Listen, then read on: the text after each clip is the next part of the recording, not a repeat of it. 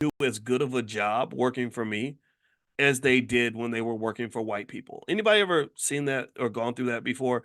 Where it's almost like because you're related, they just don't take your business seriously. They just kinda, like, show up when they can, might show up late, might not wanna do a good job, and that infuriates me, actually, even to this day. If I have a loved one that works with me and I feel like they're slipping or slacking, I literally will just call them out and I'll say, "I don't understand why you will show up on time for your white boss and do what they need you to do, but yet when it comes to me, suddenly you've got all these demands and expectations and everything else because you feel more leeway in this process."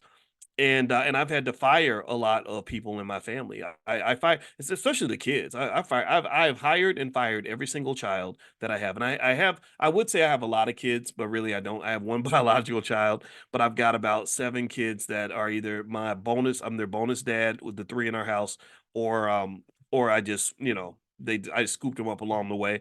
And I've had to hire and fire them. I've had to be like, look, this is serious.